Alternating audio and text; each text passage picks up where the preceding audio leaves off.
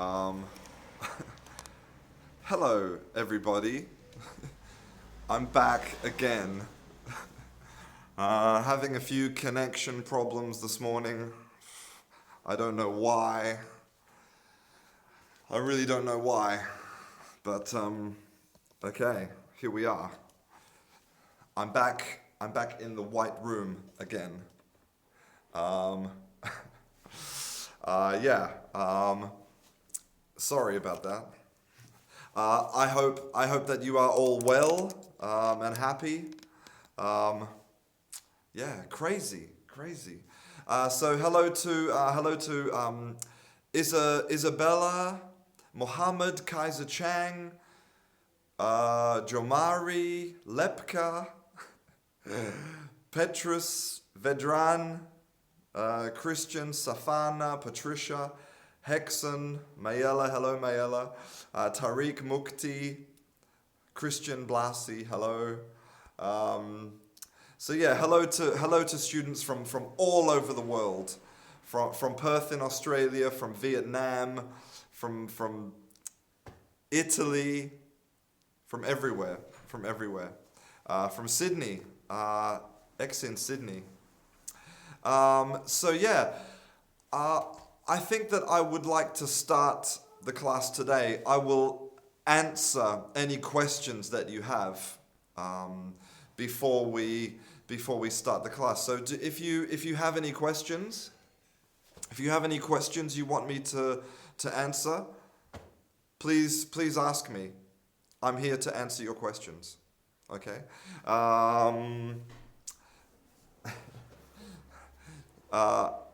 Mohammed Abbas. Hello, Mohammed. And we have Sajiv in Kuwait. Hello. Leah Soo Kim as well is in the class. I spoke to some of you. I spoke to some of you in Messenger. We had a little group chat. Yeah, it was good.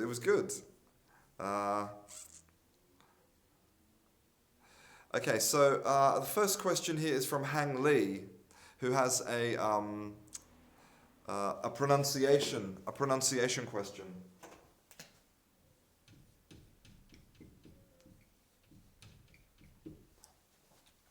I don't know if it's easier for you to see my writing on the whiteboard. I don't know. Okay, so what's the difference in pronunciation between these two words? Well, it's interesting that in this word, right, in some cases, we would use the dark L. So this L would disappear. So it would be result. And so the sound can be similar, okay, very similar. The difference really is the vowel, okay. So if we look at this vowel here, this is ah. Look at my mouth position, ah. My mouth is a little bit open, quite relaxed, quite neutral, ah, okay, ah. But this one here, this sound here is or, and you can see the difference. Look, or. My lips are very round, they're forward. Result, resort. Okay, big difference in mouth position. Okay. Okay, so okay, let's have a look. I'm just looking at some more questions here. Someone wants to know, do I smoke? No, I do not smoke. I have never smoked. I'm a good boy. Okay, so whether, if, wonder is strange for me, I can't use them regularly. So, well,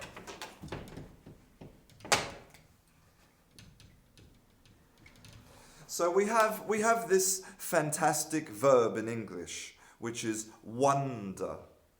Okay? wonder. You say like, I wonder if the sky is blue. I wonder if he will arrive at 6 o'clock. Da da da. And it's very difficult to describe what wonder means, except if we look at what this word is in Spanish, okay? In Spanish, it's preguntarse, which means literally to ask yourself. So you are asking yourself the question. So asking yourself and wondering are the same thing, okay? So when you say, I wonder if he will come at 6 o'clock, you're saying, I'm asking myself if he will come at 6 o'clock, okay? So I hope that helps you to understand, how to use wonder in a sentence. And this is an example of how speaking a second language or a third language can help you with your, other languages, okay? I think maybe you'll notice that last night my baby didn't sleep very well. And so today I'm very tired and I have big bags under my eyes. Just dad things. Hasir wants to know how to use rid of. Okay.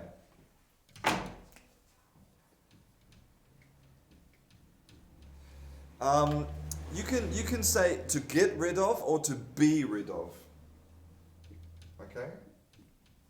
So it's a phrasal verb. And rid, a synonym for rid would be eliminate. Okay? So you are eliminating something. You are removing it from your life or from... So for example, if I have a lot of papers, okay? Look at all these papers. I want to get rid of the papers. Eliminate them from this classroom or from my life, okay? To get rid. And because it's a phrasal verb, we only conjugate the first verb, okay? So you would say, I got rid of, okay? So this is the past, got. Or in the future, I will get rid of, okay? But rid of, like this is not the verb. You cannot use rid of without get or be, okay? Okay. Yes, it was my pleasure, Gosia, to be in the group chat. My pleasure.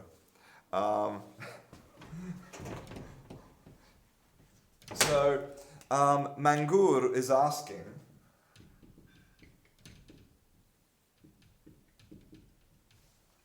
because in English, if you see someone on the street, you can say "Heya" or "Hiya," and it's a contraction. It's a contraction of hello, you. Okay, so we have the he and the ya. Okay, and you can use these.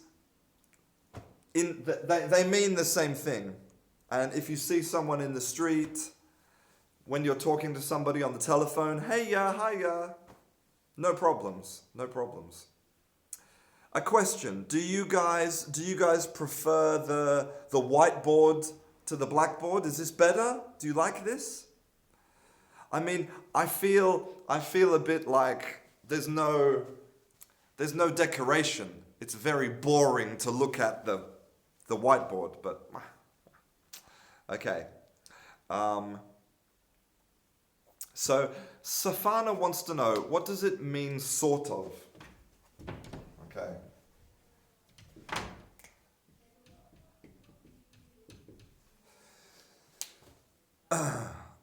We have 3 synonyms in English, right? Which are very similar, which is sort, kind, and type. Okay? So sort, kind, and type are synonyms. Okay? And they mean the same thing. Like, for example, this is a sort of paper, or a kind of paper, or a type of paper. Okay? And they're the same thing. But if you say, for example, if I say, question, do you like pizza? Do you like pizza? And you answer, sort of. Sort of, in this case, as an answer, okay, means more or less. More or less. More or less. Comme ci, comme ça. Okay? Más o menos. So it's like, yeah, sort of. Okay?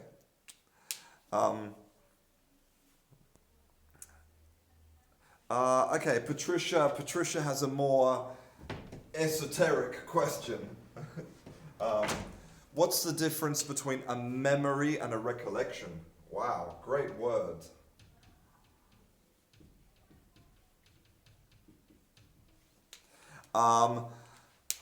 I would say that a memory and a recollection are exactly the same thing.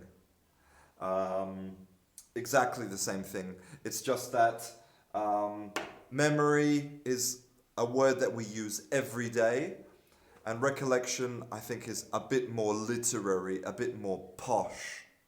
And I mean, I'm not sure, but recollection, it looks like a French word to me. It probably comes from French. But maybe memory, I'm not sure, could be maybe Greek, or so because of the origin of these words, recollection is very French, is very posh, is more beautiful, more literary. Okay, so yeah, Nicola has a great question, which is, okay, so we have a verb in English, which is to indicate obligation or strong advice. It's similar to should, okay? So we have the modal verb should, which is obligation or advice. Like, you should study more, or you should eat healthy, okay? But there's another verb, a phrasal verb, which is to have better, okay? So, for example, you had better eat healthy. Okay? You had better eat healthy. And it's really interesting that we always use the past, okay? It can only exist in the past. You had better. You cannot use it in the future. You cannot say, you will have better, okay? It's like a type of fixed modal verb, but with two parts. It's very strange. It's a very strange construction. So basically, if I say, you had better eat healthy, or you should eat healthy, it's exactly the same meaning. Okay, it's the same meaning. But Nicola's asking, can you say, you better? Oops. Let me write it a bit clearer.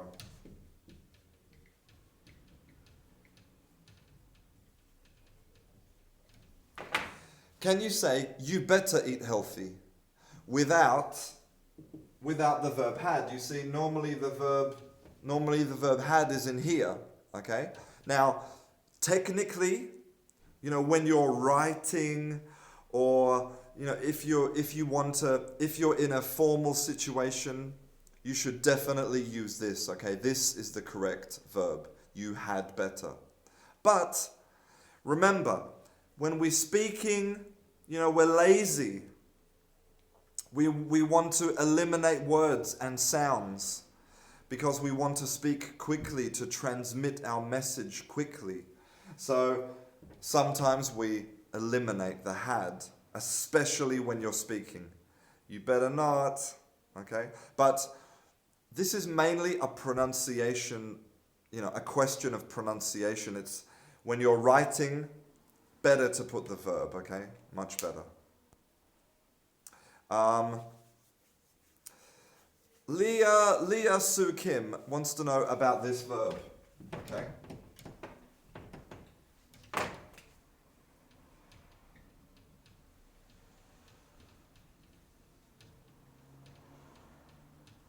To get treated or to be treated by a doctor. This would be the standard verb. You are receiving treatment. Okay? The doctor is treating. But we have two meanings of the verb treat. Okay? And so there's another possibility. So the verb treat can mean to deal with someone, to have a relationship, right?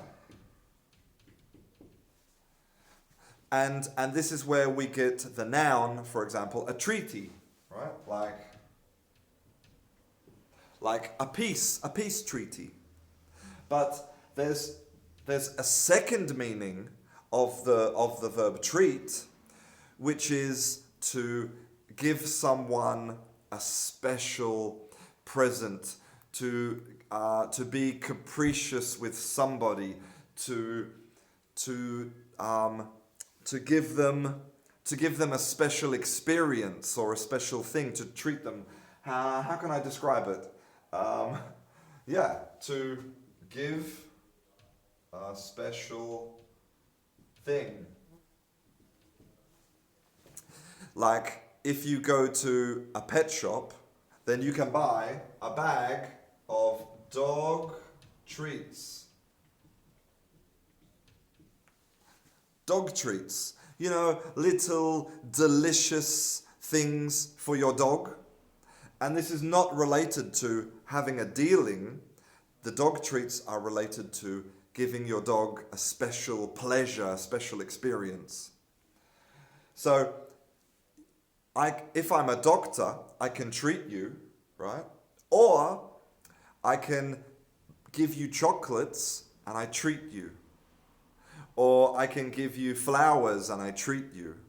Or a bottle of champagne and I treat you. Something like this, okay? I hope that answers your question. Let's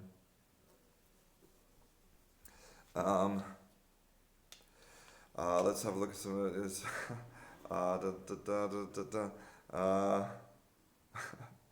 Rosie is watching me while she is cooking dinner. What are you cooking, Rosie? Tell me. I hope you're cooking a pizza. Hello to sorry, I don't know how to pronounce your name. Let me try. Sorayafan. Oh my God. Sorayafan Bunto. Sorayafan Buntun. Buntun. Oh my God. I'm sorry. Hello, Russia in Iraq. Yes, it's true, Juan, actually. Yes, wonder is also maravilla in Spanish. It's true. Mayela is saying, I wonder when I will win the lottery. We have Estella in Argentina, Camilla in Brazil. Hello. Okay, so Hang Li is asking, why do we not say to get rid of? Because in a phrasal verb, we only conjugate the first part of the verb, okay? We only conjugate the first word. So you cannot say get rid of, you say got rid of, okay? So Sergey has a question about idioms, and he's asking, how do native speakers use idioms every day? Well, I think it's an interesting question, because some languages are more idiomatic than other languages. You know, for example, classical Chinese is very idiomatic. Like, you have to know almost the entire history of China and the Chinese dynasties and to understand classical Chinese, because it's all idioms relating to old stories or relating to people or families. It's crazy, right? And English uses idioms a lot as well, okay? We don't have a complicated grammar, okay? We don't have a lot of conjugations and a lot of verbal tenses, or a lot of we don't have the subjunctive mood. You know, all English grammar is simple, but vocabulary, idioms, it's complicated. And the problem is that a lot of idioms are cut. We only keep the first part of the idiom. So for example,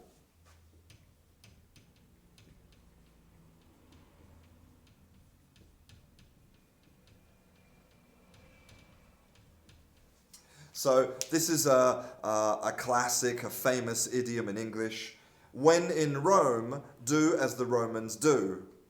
So which means that, you know, if you are from America and you visit Rome, then you copy the behavior of the Romans. You drink like they do, and you eat like they do, and you speak like they do. But English people don't say the whole idiom. They say only the first part, when in Rome. And so sometimes it can be more complicated to understand idioms. But I think that something important to realize is that English is very idiomatic, and that, you know, you need to incorporate the study of idioms into your language study, because it's really essential. Okay, it's not just something for fun or for academic reasons. It's absolutely essential to understanding English. So Rosangela has a question about when do we use hear and when do we use listen? Okay.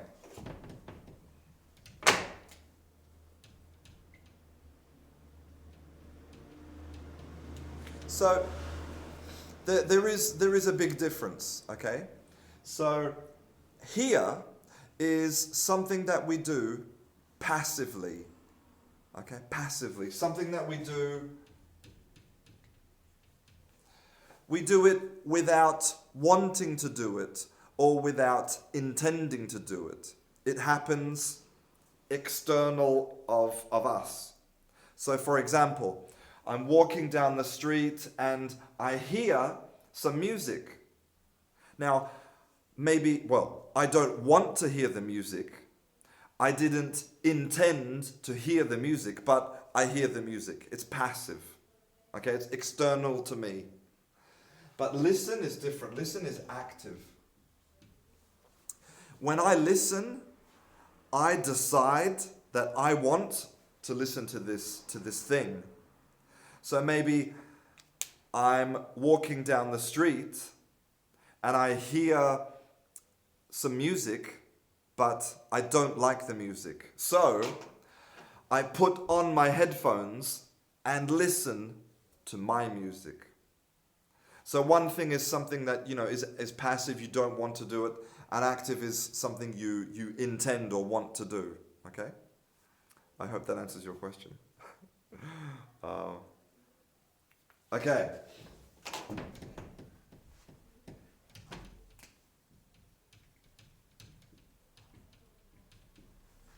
Okay. A great question from Loloko. And this is a great verb, okay? A phrasal verb, to be up to. And it's to be up to something. Okay? To be up to something. And it has, I can think of two different meanings, okay? Two different meanings. One is do. The same as do. Like, I could ask you, what are you doing? What are you doing right now? Or I could ask you, what are you up to? What are you up to? Okay? The same thing. But the second meaning is to talk about your level. So let's explain visually, okay? Because up. Okay. So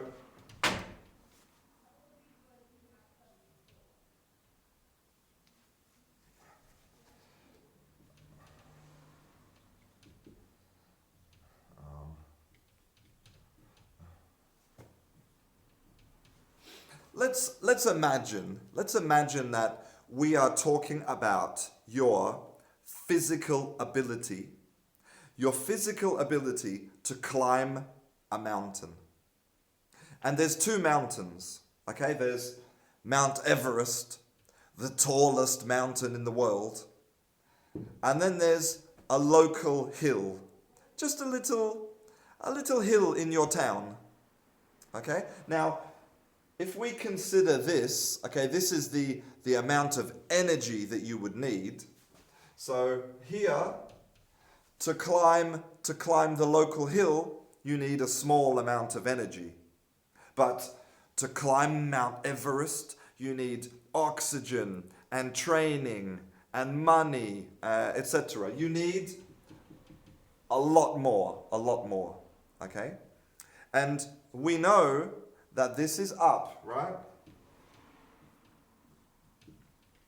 Up. So when you say that I am up to, or I am not up to, we're talking about a level or a standard to do something. So maybe you're very fat and you're not very fit and you have no money. You can say, my level is here.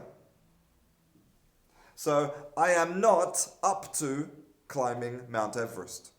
I'm not. But imagine I'm in incredible physical condition. I have lots of money and lots of motivation. I'm here. I am up to climbing Mount Everest. I hope that helps. Okay.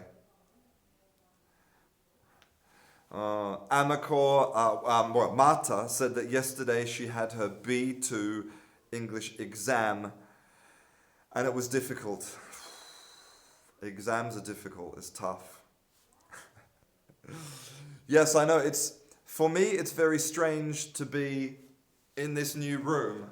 Well, it's not a new room, it's the old room. I don't know, I thought that I would try something different. Wow. Okay, so Oscar's fan has a question. He says that he has a friend who says that there's no difference between will and going to. Okay.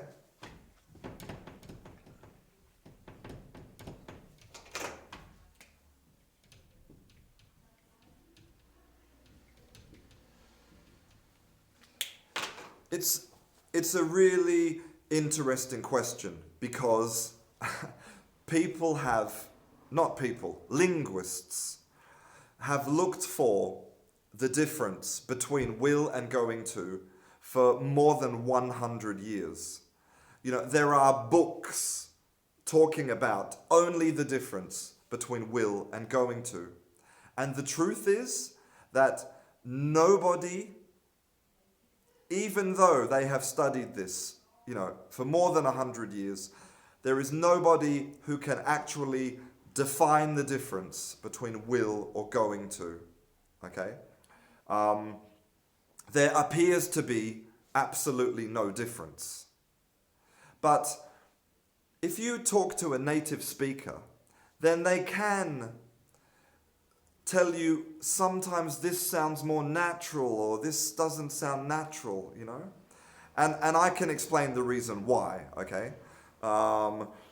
So you have to remember something very important, because will and going to, they are to talk about the future. Now, the past really happened. The past exists, but the future doesn't exist.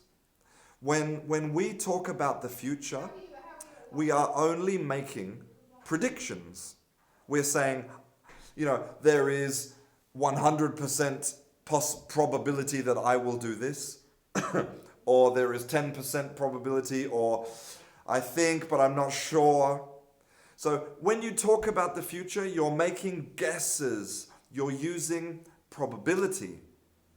And that really is the difference between these two when you're talking about a native speaker. Okay, so will tends to indicate a very strong probability prediction. You know, you're talking about 100%, right? But going to, you know, depending could be a strong prediction for the future. But the difference is that, look at this. Here we have a gerund, okay? And this is not an accident. The gerund is here for a reason, because the gerund is continuous, right? It's a continuous tense. So when we use going to talk about the future, then we are linking it to now. We are linking it to present evidence. And for example, if I'm walking out of the room, you say, "What are you doing, Christian? Where are you going?" Well, I'm going to clean my car. Present evidence. What's happening now in this moment, in this time, is indicating the probability for the future.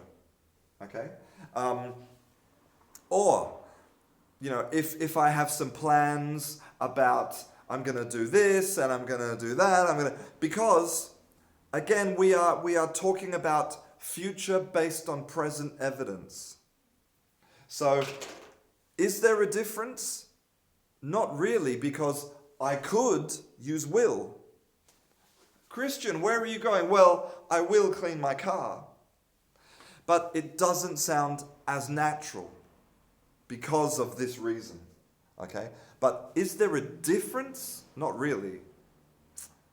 I hope that helps. I hope that I didn't just talk a lot for no reason. Okay. Okay, whiteboard's good. Okay, let's have a look. Okay, I like picture a lot. Okay.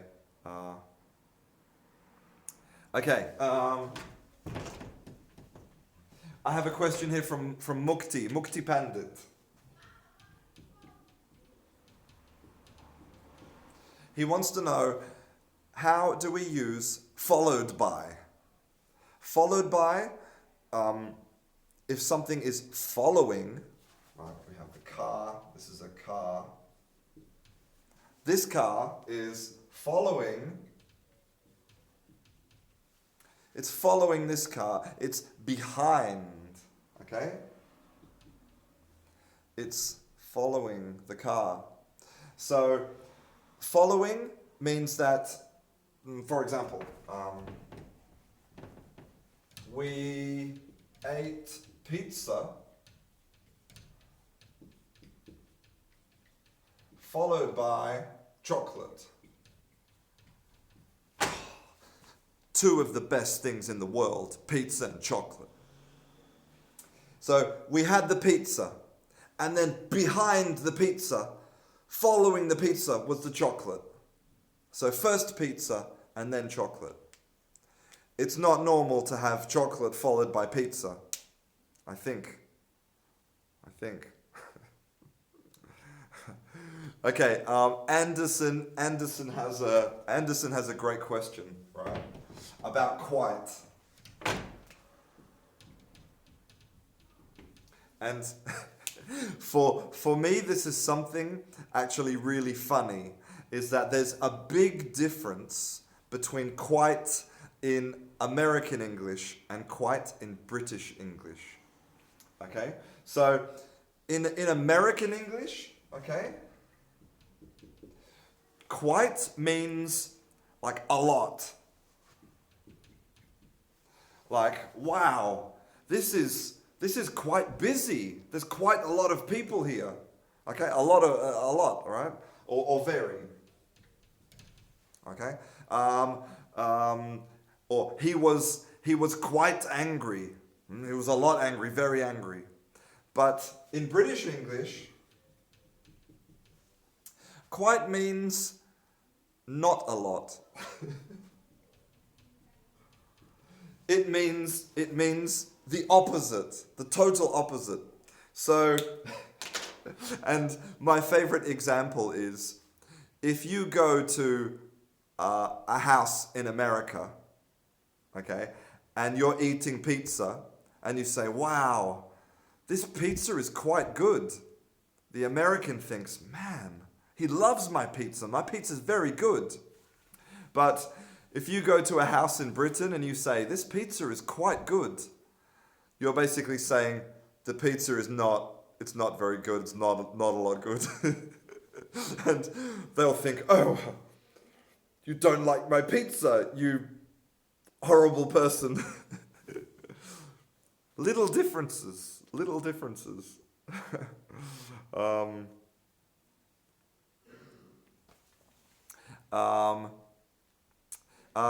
Jessica from Colombia is living in Brisbane. Colombians in Brisbane. Blows my mind. Okay. If you ask a person, how are you? And they respond, good. And yourself? Yeah.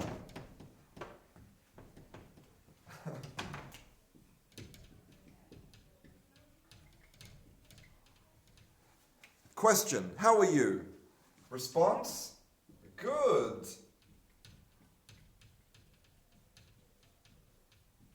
And yourself? It's actually a really interesting thing, this, because it's absolutely not necessary to say yourself, because it's not a reflexive pronoun. I mean, a reflexive pronoun is not necessary. You know, we can say good and you, but yourself sounds more posh, more polite, more educated. And so, yeah, people say this. But yes, it means, I'm good, how are you? You know, you would never ask somebody the question, how are yourself? It doesn't make sense. How are yourself? No. But in this case, yes. One of the stupid things in English. I don't know. Okay, Sajeev. On the plane or in the plane? On the plane. On the plane because you can stand up.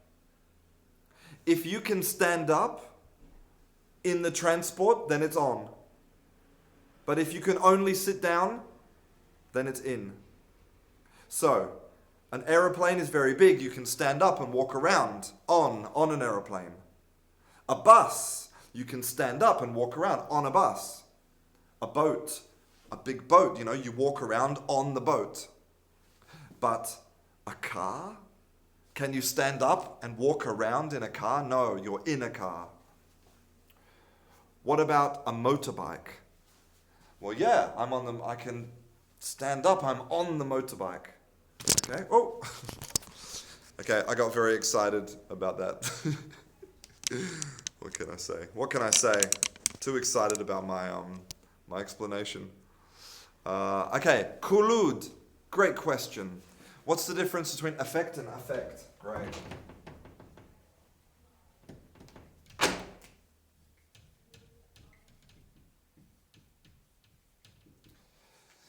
So there's two words in English.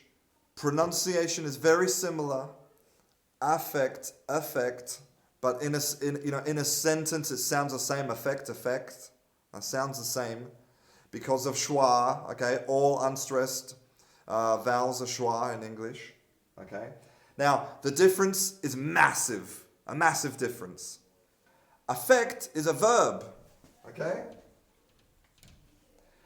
How does this problem affect you? Are you affected by global warming? Or I feel very affected. This is not a verb. Affect is a noun. Okay? It has a strong effect. It will cause an effect. It's not a verb. Easy. Okay. So Juan, to talk about an earlier question, Juan says that recollection is cognitive, whereas memory, I don't know, memory is also cognitive? I don't know. Could you expand your answer? So yes, Anderson Francellino is from Brazil, but also in Brisbane. Wow. So many Brazilians in Brisbane, it's crazy. So yeah, recollection is an old French word, okay. Okay.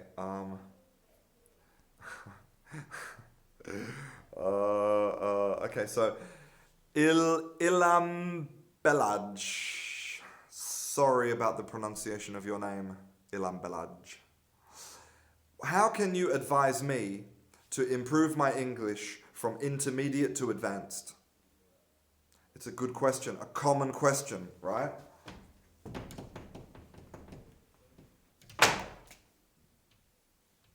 Normally, learning a language looks like this, okay? So this is time, and this is your level. Okay, so at the beginning, you advance quickly. You learn the basic grammar, you learn some vocabulary, you're advancing really quickly, and then you go flat. You go flat. Your level doesn't increase. And this is absolutely normal. Okay, it's absolutely normal because all of this stuff here, okay, all of this stuff is, basic stuff that you can really, study. Like conditional structures, you can look at vocabulary lists, but this 10%, this, advanced, this final part, is something different. It's the difference between the language as mathematical, fixed sort of structures and language as art, as beauty. Okay, it's like science language and beauty language. And, the best way to get that final 10% is you just really have to push yourself. Okay? It's not enough to just be in your textbook and to, study lists, and you have to get out there and push yourself. So I'm talking about trying to write poetry. There is nothing more difficult than trying to write poetry because you have words that rhyme, you have to create metaphors, you have to create structures with timing, maybe the iambic pentameter or blank verse. Write a creative story. Have a conversation with somebody about a really complicated topic like life after death or capital punishment or should we test drugs on animals? Have a conversation about something abstract and difficult and which really pushes you. Okay, because that 10% is the art of the language. That's my advice to you, okay, is to put the textbook away and just really focus on producing. Because studying, this is not studying, this is practice. I hope that answers your question. Anyway, okay. Then she asks, talking about the previous question, had better is a semi-modal. Yeah, I would say it's a semi-modal. I don't know if it's classified as a semi-modal in the literature, but I would say yes, because, well, no, maybe actually it would be a true modal because it has no conjugations. I don't know. It doesn't matter how it's classified. The important thing is, can you use it? Can people understand you? So, let's have a look. Okay, so Garcia wants to know, do modals exist in the past? Well, this is what we were talking about before, okay? So,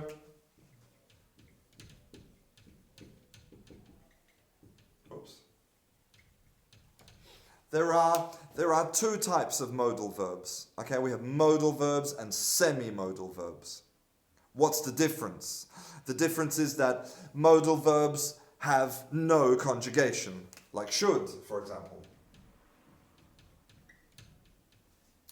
Should. You cannot say shoulded.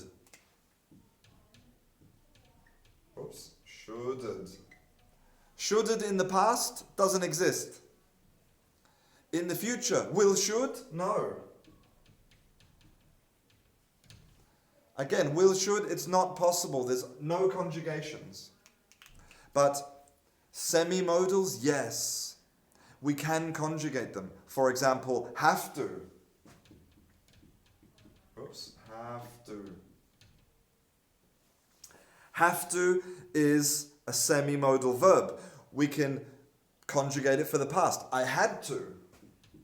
For example, had to. I had to go shopping. I had to eat pizza. Or in the future, I will have to. Etc., etc., etc. Okay? Now, this is the difference between the two. But the question is, does a past modal exist? For semi-modals, yes, they exist. But what if we want to use should in the past? What if we want to say, yesterday I should... We don't say shoulded. We use present perfect to indicate the past. So we say, I... Whoops. Should have, for example, gone. So you can see we are using present perfect with the modal verb, okay? And now we have indicated the past. And really, I mean, it's ridiculous, right? Because if you think about modal verbs, they are so important. You know, could, can, must. Modal verbs indicate really, really, really important things. And so, you know, it seems illogical that we cannot use them in the future or in the past or in present perfect. So, in English we have this compromise, okay? Yes, we can use them in the past, but we have to use present perfect. It's a bit strange, but that's what we have. Okay.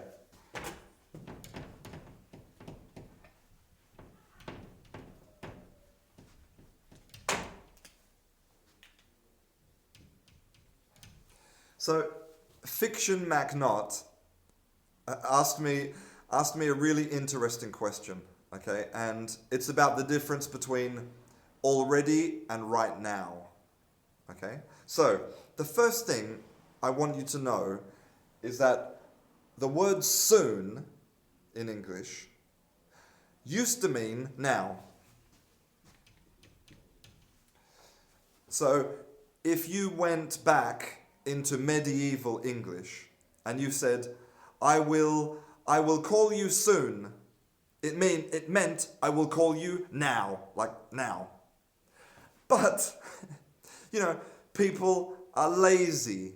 When they say soon, like now, they don't mean now, they mean in 5 minutes or in 10 minutes or... So the word changed. And now in English, soon doesn't mean now, soon means, soon. And then we have now, okay? But we are repeating history. We're repeating history. Now doesn't mean now. Like, I will call you now. Now could mean now, or now in 5 minutes, or now like in half an hour.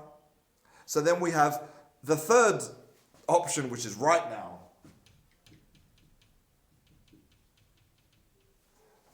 Right now means right now. But it's possible that in 100 years, there will be a fourth word, because right now will mean in 5 minutes or in half an hour. Maybe this will come back, or maybe we'll have something like exactly now. I don't know. I'm just guessing, right? I don't know. Now, but all of these words are different to already. Okay?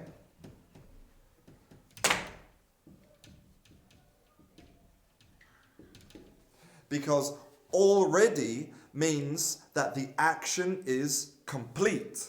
The action is finished. So if you say,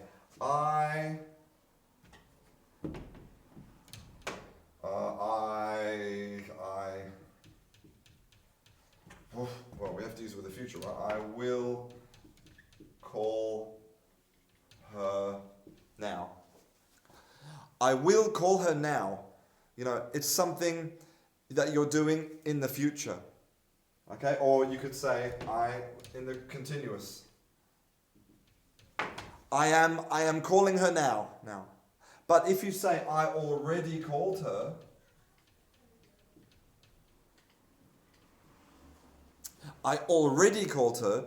it's finished. It's in the past. It's done. I hope that answers your question. Okay.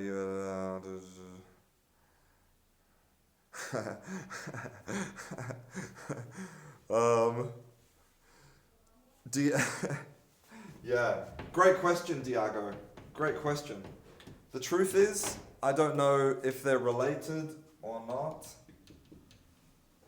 So, Diego is saying, he has a great question, because in English, lie can mean to lie down, right?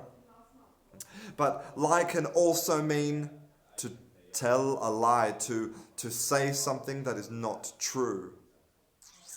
Now, are they related? Is it the same word? I don't know. I need to look in the dictionary. I'm going to look after this class. Okay, let's have a look. I don't know how many more comments we have here, but I'm not going to have time to answer all of your questions. Hello, Fanindra. Great to have you in class.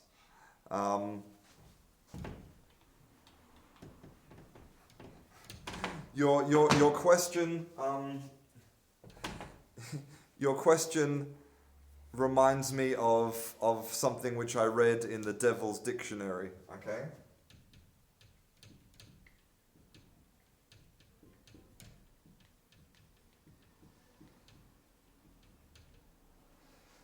Okay, so what's the difference between apparently and probably? Great question. So when you talk about probably, you're talking about more than 50%, right? More than 50% probability. So I will probably go to the cinema.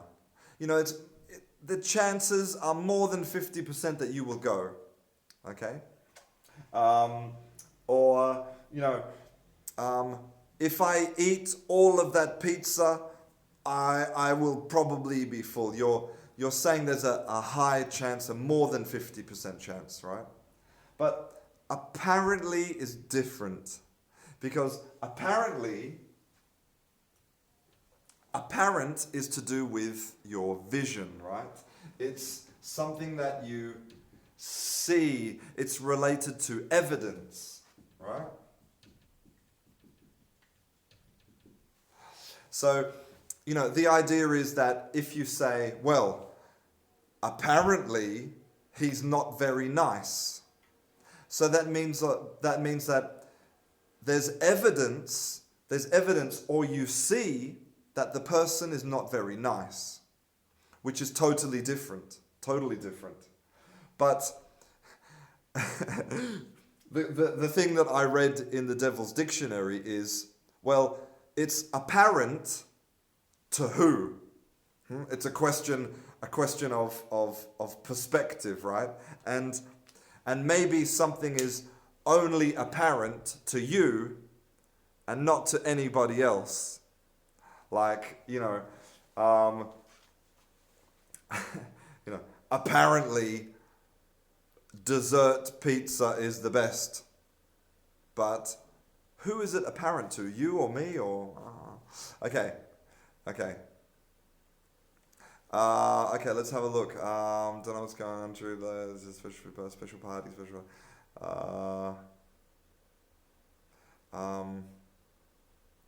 okay, let's have a look. Sorry, I'm just looking through the questions. Wow, there's lots of okay, I'm just reading all of your beautiful comments. Thank you guys. Ali from Pakistan, Jan in Quebec, Lucia in Angola. Angola, nice. I bet you have a beautiful French African accent, man. Hello Eder in Peru. Hello. Yeah, I think maybe next in the next live class, I will talk about idioms. I will do a class only about idioms. I think it's a good idea. I promise you that my next class will be all about idioms. Okay. Woo! Unfortunately, I don't have time to answer any more of your questions. I'm sorry. Because today I am filming part 2 of the phrasal verbs class. I'm doing the prepositions over and through and etc. etc. So this will help you to understand more phrasal verbs. And also I'm filming another class today, which is something very personal to me. Something I talked a little bit about this on Instagram, but I want to talk about it some more. So yeah, look, I really hope that you guys connect with me on Facebook, on Instagram. I answer your questions on Facebook. You can learn more about me and my life on Instagram. I try to motivate you guys to learn. So thank you all very much for watching. It's been a pleasure. You guys are the best students in the world. And I'll see you again soon. So, I'm Christian. This is Canguro English. And I'll see you in class. Bye, guys. Bye.